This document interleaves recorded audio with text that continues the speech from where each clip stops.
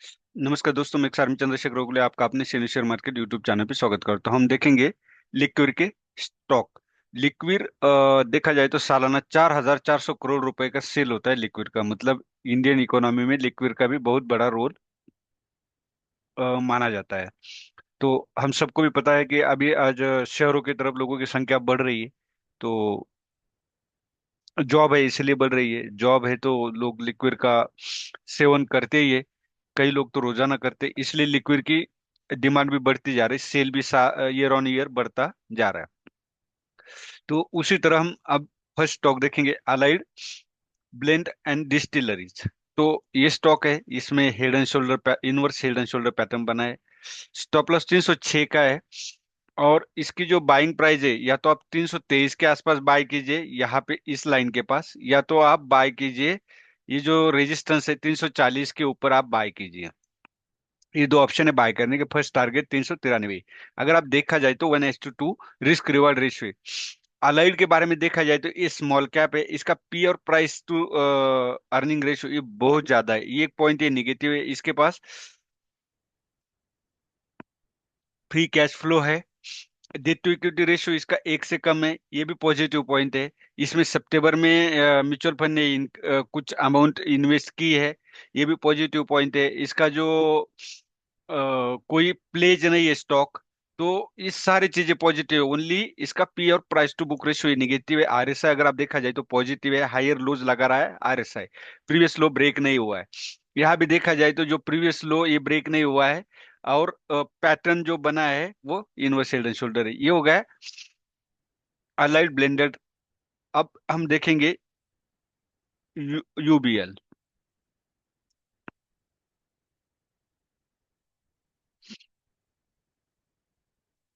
ये United beverage है, ये मिड कैप कंपनी। इसका भी पी और प्राइस टू बुक रेशियो बहुत ज्यादा है। सेकंड, इसमें फ्री कैश फ्लो नहीं है इनके पास। डेट टू इक्विटी रेशियो इसका भी सही है।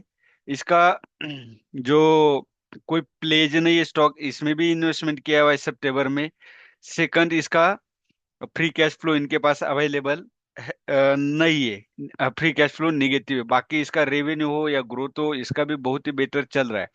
अगर देखा जाए तो यहाँ पे भी सपोर्ट लिया हुआ है, थर्ड टाइम सपोर्ट लिया हुआ है आरएसआई ने। मैं आरएसआई पे ज्यादा विश्वास करता हूँ।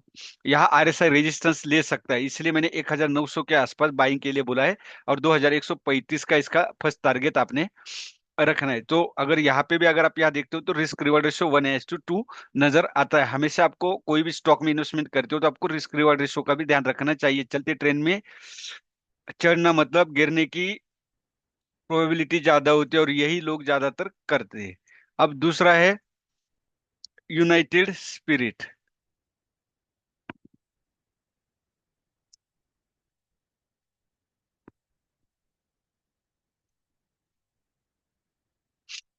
यूनाइटेड स्पिरिट में अगर आरएसएन के बाद ब्रेकआउट दिया है तो 1,473 के आसपास आपने इसको बाय करना है। इसका 16 है तो स्टॉप लॉस छोटा है। अगर आप 1,473 के आसपास बाय करते हो तो सेकंड टारगेट इसका होगा 1,780। मतलब फर्स्ट टारगेट है अपना 1:2 रिस्क रिवार्ड रेशियो के अनुसार है। ये लार्ज कैप कंपनी है। इसके पास जो पी और प्राइस टू बुक रेशियो ये निगेटिव है। इसके पास फ्री कैश फ्लो है, इसका रेवेन्यू और ग्रोथ भी हो रहा है। इसमें सितंबर में म्यूचुअल फंड ने इन्वेस्टमेंट की हुई है। इसका जो स्टॉक प्लेस, कोई भी स्टॉक प्लेस नहीं किया हुआ है। इसके पास जो प्रोमोटर की होल्डिंग है वो भी 50% से ज्यादा है। तो सारी चीजें पॉजिटिव है। डेट टू इक्विटी रेशियो इसका ज्यादा है, वो 1.91 के आसपास है। तो ये एक पॉइंट नेगेटिव है, क्योंकि डेट टू इक्विटी रेशियो 1 से कम होना चाहिए, ये ज्यादा है। तो इसके लिए आपने खुद डिसीजन लेनी कि क्या बाय करे या ना करे। और कोई भी स्टॉक जब बाय करना होता है तो आपके पास कुछ स्ट्रेटेजी होनी चाहिए, और हमेशा सपोर्ट में बाय करना चाहिए।